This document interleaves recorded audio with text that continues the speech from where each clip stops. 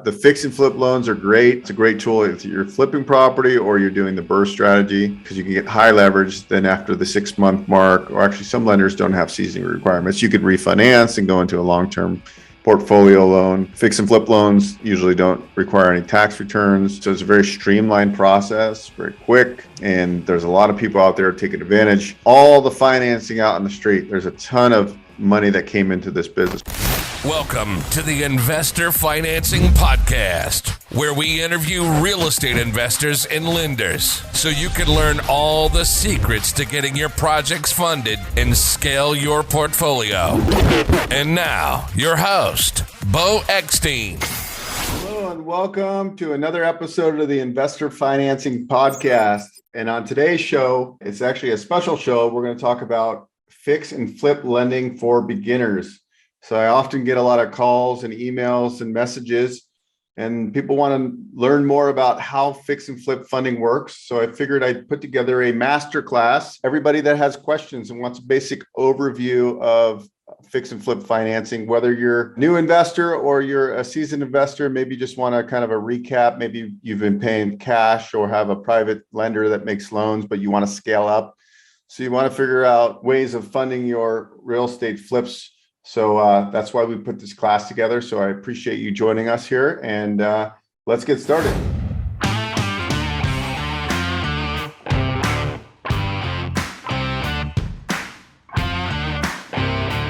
All right, so we got to get this out of the way. About Beau, I've been in the lending industry for 22 years. Real estate broker in California, Nevada salesperson. Licensed as a mortgage originator in a couple states, active investor, completed 50 plus house flipping projects over the last several years, was even on TV as a house flipping star on HGTV or a reality star, if you want to call it that way. That was in 2013 and 14. We did 12 episodes for HGTV. A little bit about me.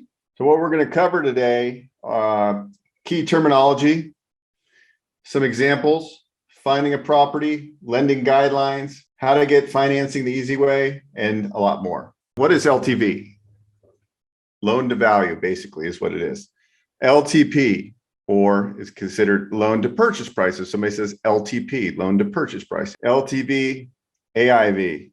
What is the loan to value compared to the as is value of the property? And sometimes people refer to AIV when you're doing a refinance on a mid-construction renovation project. What is the as-is value of the property, or LTP? What is the loan to purchase price? LTC is the loan to cost. The LTC, what are the total costs of the project? Loan to cost. And typically, lenders sometimes look at loan to ARV or loan to cost in their formulas on how they underwrite deals. Loan to ARV, the next one, your loan amount based on the ARV, which is the after renovated value. So a lot of lenders have a max threshold. They'll do a gross loan amount of 75% of the ARV, after renovated value, or the finished or remodeled value. Another key term here is Dutch interest. So Dutch interest is an interest accruing technique included in construction loans. It means that you're paying interest on the full loan amount. So this is important as we move forward to find out, is the lender charging interest on the full loan amount or just what is dispersed? Because that could be a big difference. If you bought something for, say, $500,000 and you have a $250,000 renovation budget and you're paying interest on the full loan amount up front versus that $250,000 as it's dispersed, that could save you thousands of dollars right there. So good things to just keep in your back pocket when you're talking to lenders. Scope of work. The scope of work is a detailed list of all the renovations that are needed on the property. This is usually given to a contractor so they can propose an accurate bid for you. The rehab scope of work, or SOW, as most rehabbing professionals have come to know. So scope of work. What is a broker price opinion? You often hear a BPO. This is like a non-full appraisal. So some of the lenders on their fix and flip programs do not need a full-blown appraisal. They need an interior inspection on a short form or BPO. This can be done by a broker or sometimes an appraiser. And when you're talking to lenders, you want to know, do I need a full appraisal or a BPO? And they're going to tell you what they typically use. And it also depends on the level of rehab that you're doing. So here's an example property and how the funding might be structured. So on this example, the purchase price is $300,000. The renovation budget is $64,000 and the ARV is $450,000. So a good amount of the lenders, for seasoned or somewhat experienced real estate investors, they'll allow you to do a gross loan amount of 75% of the ARV. So simply you take 450 loan amount times 75%. So the max that most lenders will do as far as a gross loan amount would be $337,500. As you can see here on the graph, 450 times 75%. So in this model, this would work because the total gross loan amount is $337,500. And so what we showed here is that at close, there's going to be $255,000 funded, and that represents 85% of the purchase. So for this example, the lenders, let's just say, is willing to do 85% of purchase. So at close, they're going to fund 255, and then they're going to hold back in a construction reserve the 64,000. See, they don't fund it all out at once. They fund it as a construction holdback. So you're going to want to know that because you're going to need some additional funds to get the ball rolling on the project, right? Because you're going to provide a construction line item budget, which we talk about later on in the presentation. And then typically the construction draws are funded on a percentage of completion. So you make some progress, you call for the inspection, and then they come and do an inspection. And if you've done a couple of these line items, the demo, the sheetrock, the electrical, and they're 100% complete, you would be funded for those items. So you're not getting funded in advance, you're getting funded for work that's actually complete. So keep that in mind as we're going by. But this is typically how most of the fix and flip or the rehab funding is structured. So this is kind of a good framework of how it all works. If you're newer, you may not get 90% of purchase, you might get 80 to 85% of purchase and 100% of rehab, depending on your credit score and so forth. If you're super experienced, you can get the highest leverage possible. And I'm talking institutional private money, meaning it's like the national lenders. There's some mom and pop funds that will do some different things sometimes. Sometimes some lenders will fund 100% of the purchase price, and then the borrower funds the rehab. So there's different ways, but this is generally like the national funds out there that are doing these type of loans. So finding properties, this really isn't about finding properties, but over the years of being an active investor myself and working with a lot of investors, how are they finding deals? Driving for dollars, MLS search. Even the MLS, you can sometimes find deals. Usually the follow-up, the MLS deals are usually the fallout deals that the people that are following up are getting these, or people that are building relationships with the listing brokers. Obviously, investor-friendly agents, they know of off-market deals. They know of deals that come to the market or are coming to the market. Direct mail is always a good source. A lot of people are doing pay-per-click for motivated sellers. Like somebody puts in into Google, need to sell my house fast, Las Vegas, Nevada. You pop up on an ad. They go to your website, they fill out the form, or they call you. People are doing really well with that. Obviously, you need a little bit of capital to get that going. Motivated seller websites like Investor Carrot websites, wholesalers, estate sales, junk removal companies. These are all ways people are finding deals, even in this competitive market. So what are comps? Okay. So we're going to talk about comparable sales. So the main objective, right, that we need to know is what can we buy the property for, what the renovation budget is going to be, and what the ARV is going to be. And the ARV is the after renovated value. So kind of a rule of thumb here is distance.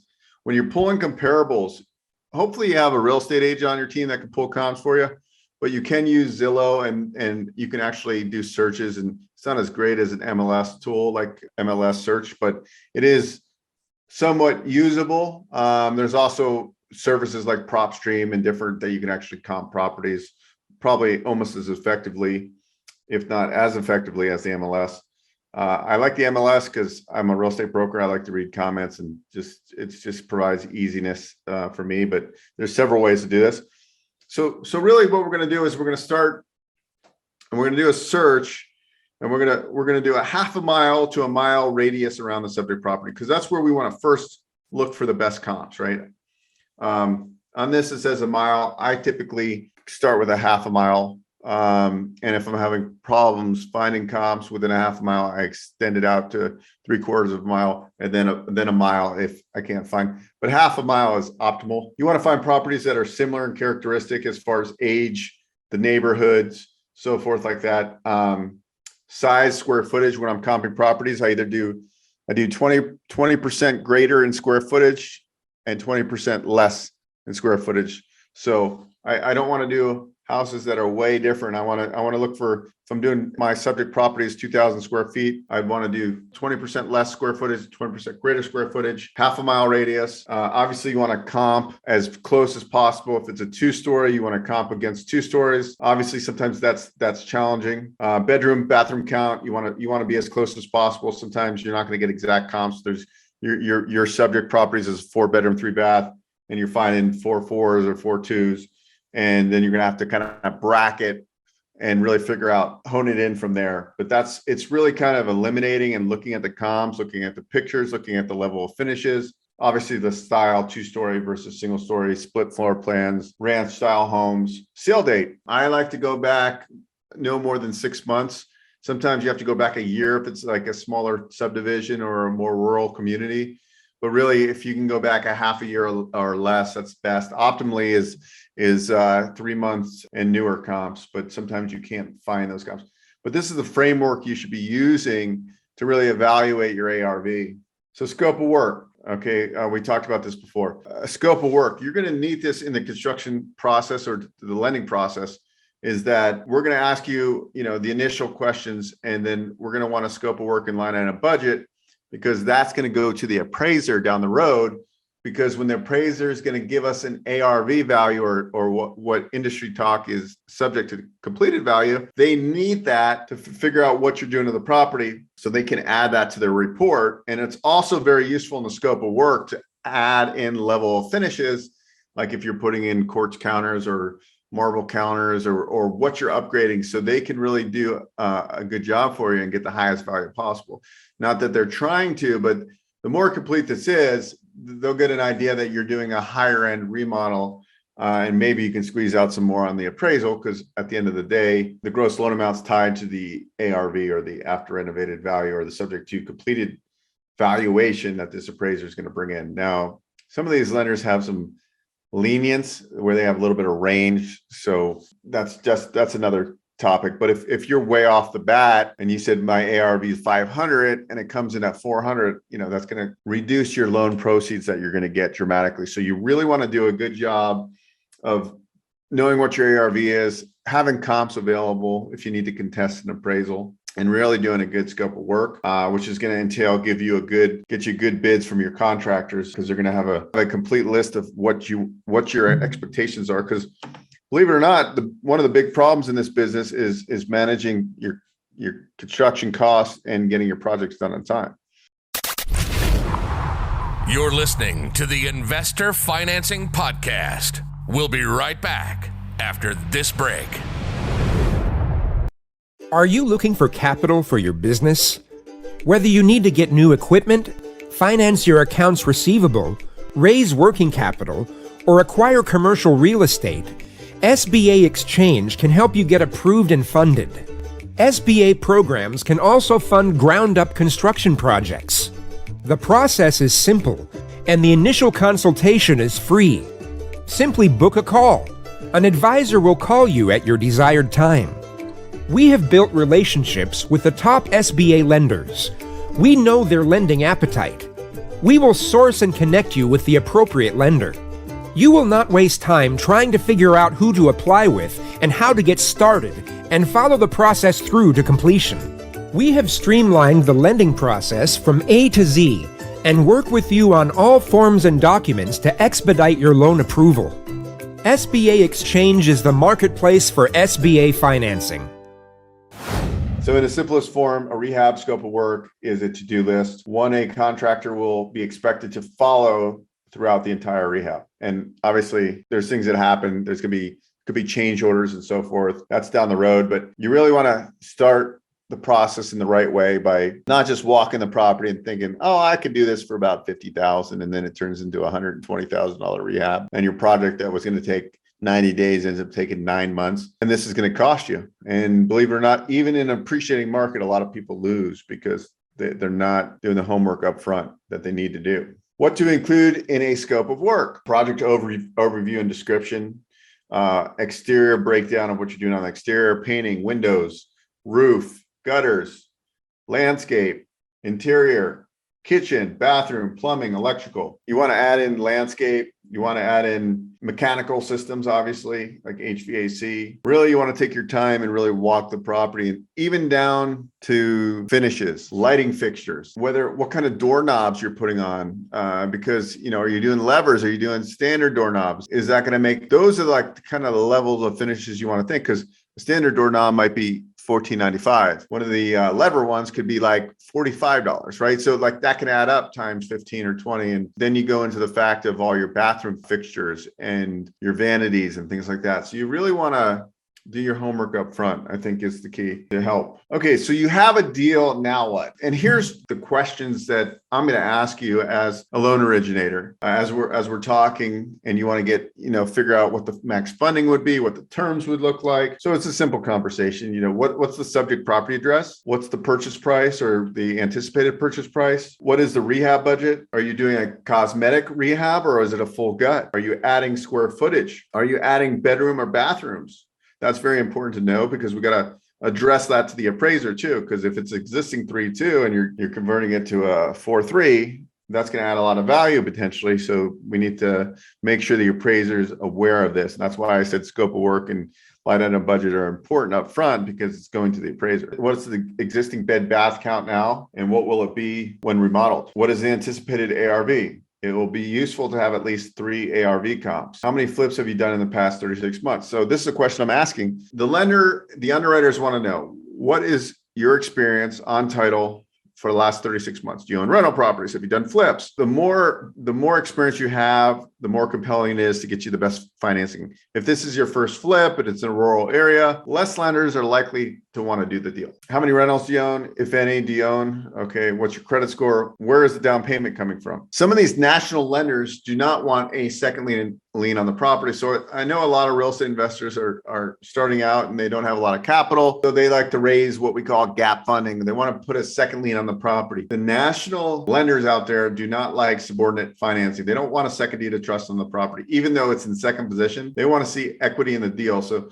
that's why we're saying, where's the money coming from? And there's all different ways of structuring these deals. Anybody if you're buying this buying the property in a business entity name, like an LLC or corporation, typically, not always, but typically 20% ownership or greater. So if there's 3 partners and only one has 80% ownership, and the other 2 partners have 10% ownership, those people don't necessarily have to go on the loan app. Only the people that own greater than 20% of that entity go on the loan, typically, for these renovation loans. So you could have a partner that doesn't have 20%, but puts in the money. They're going to usually ask for 2 months of bank statements. They don't need to season the funds, but they need to source them. So they need to see where the funds are coming from. Could be 1031 money. It could be coming from an investor. But once again, they do not want to see a second lien on the property. Now, there are lenders that do that, but that's usually case by case. So general lending guideline. Okay, we've talked about this briefly already. We can do it. Usually 80 to 90% of purchase and 100% of repairs. Gross loan amount not to exceed 75% of ARV. Some lenders are not that aggressive. They're 65 to 70% of ARV. There's sometimes hits for pricing and fee if it's a smaller loan or if it's a rural property, not in a large MSA. The terms range from 6 to 12 months. You can even request a longer term. It's just good to have the initial conversation up front. Like I know people that they're fixing flipping, but they're not flipping. They're, fixing to rent, right? They're building to rent. So sometimes we want to do an 18 or 24-month term, and that's okay. We need to figure that up in front. This way it gives them time to fix the property and then put a tenant in. And some people are even now doing the fixed to Airbnb model or the fixed short-term rental, and they want to get 12 months of operating history so they can get a long-term loan. It's easier. You get more options that way. So usually there's no prepayment penalties. Sometimes some lenders have a minimum of 3-month interest guarantee, but I don't actually see that often. But sometimes they do, just to be aware of. Experienced borrowers get the best pricing leverage, obviously. Turn times anywhere from 7 to 17 days. There is ways to close quicker. Like if you just want to borrow a certain percentage of the purchase price, we can close deals in 3 or 4 days, depending on where it is. But that's like, hey, I just need 70% of the purchase. I'm going to come in with a down payment plus my rehab myself. That's a little bit, you can close those a little bit quicker. Usually you don't have to do all the intensive stuff that you do on a rehab. You don't have to do a full construction review of the budget and things like that. Interior appraisal or BPO usually always required.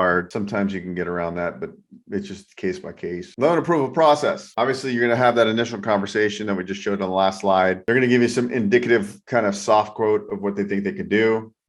If you like what you hear, you're going to complete an online loan application. Sometimes it's a PDF. You're going to provide supporting documentations, like, are you buying it in your name or are you buying it in the name of a business entity like an S Corp or an LLC? Some lenders, depending on the state, only make loans to business entities. It just depends. So address that up front if you're doing it in your name or if you have a business entity. Any of the guarantors are going to want driver's license for all the borrowers, construction line item, budget and scope of work, 2 months of bank statements, purchase and sale agreement, escrow officer contact information or closing attorney, point of contact for appraisal access, deal verification spreadsheet, which we talked about, insurance agents, contact information, insurance deck page if you've got a quote already. These are typically the paperwork that you'll need. So it's fairly simple, as you can see. Most lenders do run credit reports and background checks. They all have a little bit different caveat as far as some only pull one bureau, some pull a tri-merge credit report. They're all a little bit different. So how the construction draw process works. So let's dive into this. So you prepared your scope of work, your line item construction budget, your loan's now funded. And now you have, let's just call it, we'll go back to that example. There was 64,000 construction holdback. So your rehab budget, 64,000. Now it's held back by either the lender or by a third party. The third party would be a construction management company or an escrow company. And so now you have to get the project started, right? Because you're getting paid, you're getting reimbursed on draws. You're not getting advanced. So you always need money. You need, besides your down payment and your closing costs, you need a couple months of reserves also, because they don't want to make a loan to somebody that is putting all the money into the deal and has no reserves to make payments for the next 5 or 6 months. So usually as a guideline, they want to see 6 months of reserves, 6 months of interest only payment with taxes and insurance, whatever that comes out to. They want to see 6 months left over that, okay, there's at least some money to make the debt payment. And if not, it gets a little challenging. They run into a risk that you're going to run out of money and they don't want to take your property back and foreclose, right? They want you to be successful. So they're looking for reserves. But we've got this $64,000 construction budget. You provided a line item budget, and then you take that line item budget, goes on kind of like a draw schedule. Really what they're doing is let's just say you had $2,500 for demo, $5,000 for electrical, $5,000 for sheetrock. When you call for your first inspection, if those 3 items are completely 100% done, you're going to get funded for those 3 items. You're going to get an ACH or a wire into your account. But if those were only done, say 70%, they're only going to give you 75% of that line item budget, right? So you're always having to make improvements, progress before you get your construction funds. So just be aware of that you need that little bit of extra money to keep the project rolling. Most of the lenders use third-party construction inspectors. So they're like these companies that's all they do. They come out, they take pictures, they write a report, and they tell you, they say, hey,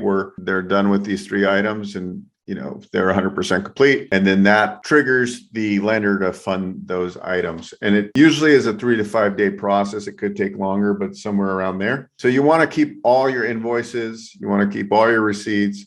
You got to be kind of organized to make this process a little bit smoother, because it is kind of frustrated if you're not a paper person and you're not keeping good receipts and invoices and so forth. But also, this is a great way to keep your contractor and your subs honest, because you're more on top of things. And how did the appraisal process work? So after the mortgage meltdown in 7, 8, they came in, and for conventional lenders, they came up with appraisal rules, which said, hey, you can't just call your friend that's an appraiser to do an appraisal. You have to use an approved AMC, which is an appraisal management company. So most of these funds, if not all, are the same way. Let's just say we're going to go back to our example. We submit the loan for the purchase price. We provide the purchase agreement and the construction budget and scope of work to the appraisal management company. They go through their directory of their approved appraisers. They usually get turn times from each appraiser, and then they figure out who's the best cost out of that group and turn time, and the appraisal is ordered from there. So what the AMC really does, it prohibits loan officers having influence on appraisers, and it keeps that kind of arm's length distance, which it makes sense. You can't, that's smart for these guys to do. I mean, I'm sure there's still ways around that, but this is how it's all done. So it's less likely to be manipulated. And right now, this is what's really slowing down the process, is the turn time for the appraisal. So when you're figuring out if speed is the necessity on the deal, sometimes it's easier just to come in with the down payment and the rehab yourself, because you can close quicker, or have the conversation with your loan officer up front and, hey, this is time of the essence. That's usually my conversation that I have with my borrowers, because sometimes we have to go with certain lenders because they can move a lot faster than other lenders. Sometimes they don't require a full appraisal. Some lenders need a full appraisal, and that's going to take way longer. Some other caveats, depending on the level of construction or renovation you're doing, the lender might require builder's risk insurance. The most common type of insurance used for house flipping is called builder's risk. The type of insurance covers the property and building materials during the construction phase. Sometimes you don't need builder's risk, and you can get dwelling policy for a vacant property. A dwelling policy for a vacant building that's under renovation is to protect against direct and physical damage to the property. So each lender has their own caveats. I've seen some really scrutinized policies. I've seen some that are real flexible.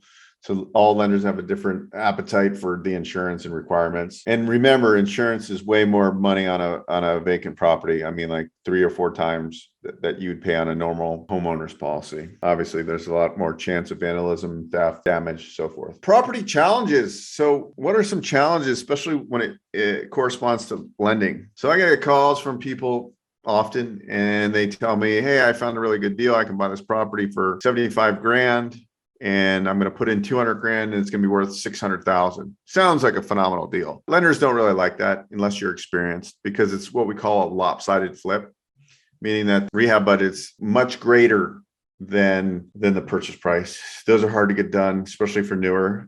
We get them done for experience, but this is your first flip, very challenging. Rural properties, another challenge. Like if there's a website that you go to, and if the property is deemed rural, less lenders are excited to lend on that, because it's just a rural area, which means it'd be harder to sell if something went wrong. It's harder to get people there if they need to do inspections. You can get them done, but usually the loan to values are cut. So the max loan amounts are going to be a lot less. Maybe not a lot less, but definitely less. Tiny houses, although this is a huge trend, lenders haven't caught up on this. So anything under 500 square feet is going to be challenging to fund. There are options to fund these, but just kind of highlighting some challenges. Commercial zoning on residential properties, like if it's not zoned residential and it's a residential property, some lenders have a big fit with that, and they will not fund it because of the zoning. So know that up front. You can get anything funded. It's just not every lender is going to do something like that. Large house in a neighborhood, a small to medium-sized house. If you have like an over-improved house, it's 10,000 square